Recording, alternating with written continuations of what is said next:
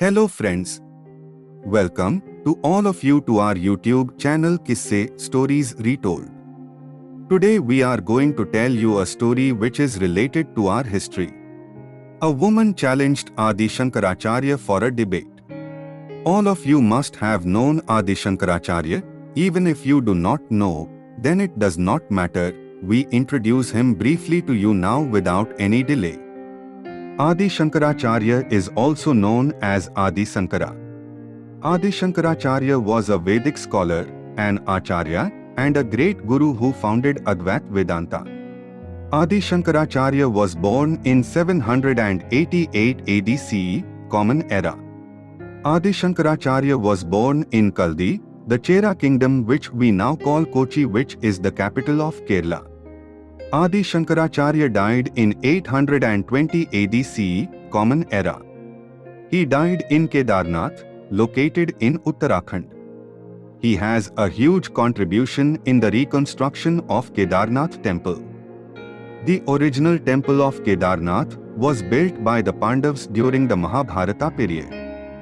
This temple is more than thousands of years old and is one of the 12 Jyotirlingas of India.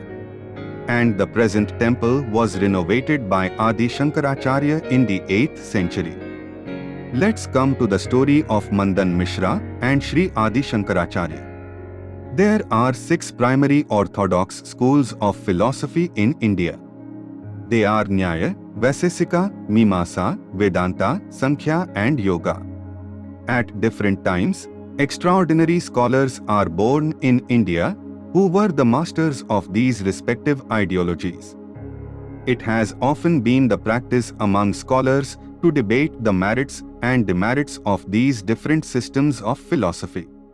When one scholar won, typically the other would give up his philosophy to serve the conqueror as a disciple. Of course, the disciples also now become new disciples. One such famous debate took place between 2 very famous scholars, Adi Shankaracharya and Mandan Mishra. During the time of Adi Shankaracharya, the Purva Mimamsa school of philosophy, which believed in strict and principled observance of rituals, reigned supreme. Adi Shankaracharya realized that unless he was able to conquer this mighty rival, his goal of spiritually reintegrating India would be difficult to accomplish. The most prominent proponent of this sect was the great scholar Kumarila Bhatta, who lived in Prayag. When Adi Shankaracharya reached Kumarila's place, he saw a strange and frightening sight. There was a huge pyre in one of the courtyards which were burning slowly with rice husks. In the center of the flames could be seen the head of a luminous figure draped in white paint. It was none other than Kumarila Bhatta, the great philosopher himself. Kumarila Bhatta, in order to equip himself with the nuances of Buddhist philosophy so that he could better counter its onslaught against the Vedic ethos, had once studied in a monastery pretending to be a Buddhist. He was self-immolating as an atonement for his sins, which included pretending to be a Buddhist and learning his principles at the feet of a guru, and then, the unfairness of all unfairness, to argue and defeat his own master. This also involved challenging his master, that is, Gurudroha. These unworthy acts did not suit one who practiced what he preached. The ocean of guilt overwhelmed Kumarila and resorted to this fatal, drastic step to atone for his sins. Shankaracharya's appeal to come down from the flames was to no avail. However, before committing suicide, Kumarila advised him to visit his disciple Mandan Mishra, the most famous hero of the Purva Mimamsa school. Mandan Mishra lived in the city of Mahishmati, Madhya Pradesh. When Shankaracharya reached the city and asked for directions from some people on the way, he was told, "You will find a house nearby with many parrots in cages at the entrance, discussing topics such as, do the Vedas have their own validity or do they depend on some outside authority for their validity? Are karmas capable of producing their fruits directly, or do they require the intervention of God to do so? Is the world eternal, or is it just an appearance? While discussing such esoteric philosophical problems, where you find this strange incident of parrots in cages, you will know that you have reached at the door of Mandan Mishra's place. Mandan Mishra was a distinguished practitioner of Mimamsa philosophy. Mimamsa philosophy is mainly derived from the ritualistic part of the Vedas and emphasizes the importance of rituals. In this school of thought, a special ritual is performed, and the results are obtained immediately. If practiced properly, it exhibits a direct cause-effect relationship. Mandan Mishra was a proven and accomplished ritualist who preached widely. Adi Shankaracharya, the young and charming Advait Vedanti, on his countrywide tour, was eager to argue with Mandan Mishra, who was too old by then. Mandan Mishra argued that since he spent more than half his life learning and preaching Mimamsa, it would be unfair to argue with a 20-year-old youth who had hardly any experience. So, with the intention of being fair on Shankaracharya, Mishra allowed Shankar to choose his own judge. Shankaracharya had heard much about Mishra's righteousness and praised him for his impartiality.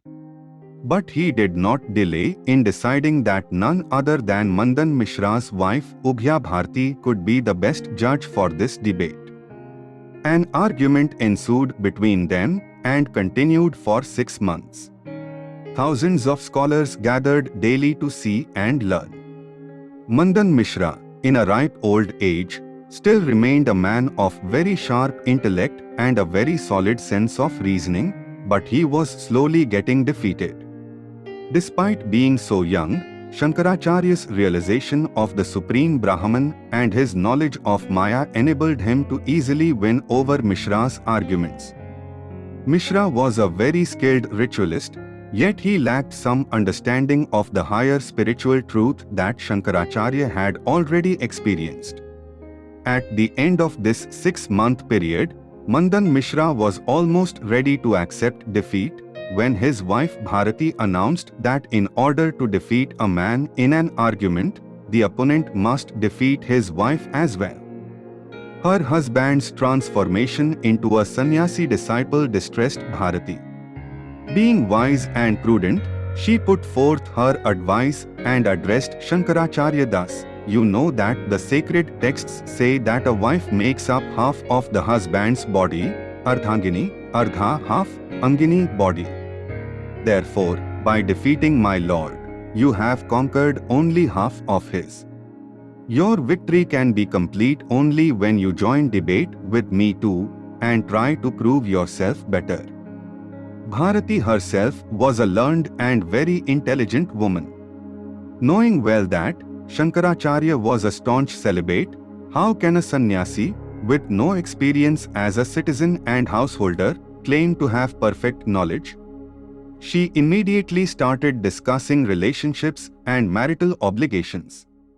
Shankaracharya admitted that he had no knowledge of this area at all, as he was a celibate. However, Bharati felt that she should give Shankaracharya some time to study the subject before starting debate. Shankaracharya immediately accepted the offer and set out to start his studies. Through his yogic powers, he came to know about a king who was about to die. He instructed the disciples to preserve his body, which he left temporarily so that he could enter the body of the dying king. The king was a very evil person. However, his wives were loyal to him, and they all had tears in their eyes when the king was on his deathbed. Suddenly, when Raja's body awoke, one of the wives noticed that Raja had recovered under mysterious circumstances and appeared to have become a changed man. Shankaracharya learned from the woman all that he needed to know about civic and household experiences, and while leaving the body, he blessed the woman who had taught him so much. Empowered with this new knowledge, Shankaracharya returns to resume the debate with Bharati. This time, he was clearly invincible, unbeatable. Bharati and Mandan Mishra bowed their heads humbly and accepted defeat and became the followers of Adi Shankaracharya and the staunch Vedantists. This debate throws light on the healthy competition that exists in India among the followers of different philosophies. Essentially, they were traveling towards the same unknown destination, yet they had an open mind and immense courage to test their faith, question their beliefs, and change their philosophies if reason demanded change. Just as different paths can lead to the top of the same mountain, so all philosophies also lead to the same goal of self-realization. However, even though strong belief in one's path may be necessary to make spiritual progress, one must be open to new concepts, experiments or questions when one encounters obstacles, as they can potentially create something in our mind which can open deep doors. With this, we end this story. If you liked this story, then don't forget to like this video, and if you want to hear more such stories like this, then do subscribe to our channel. Thank you.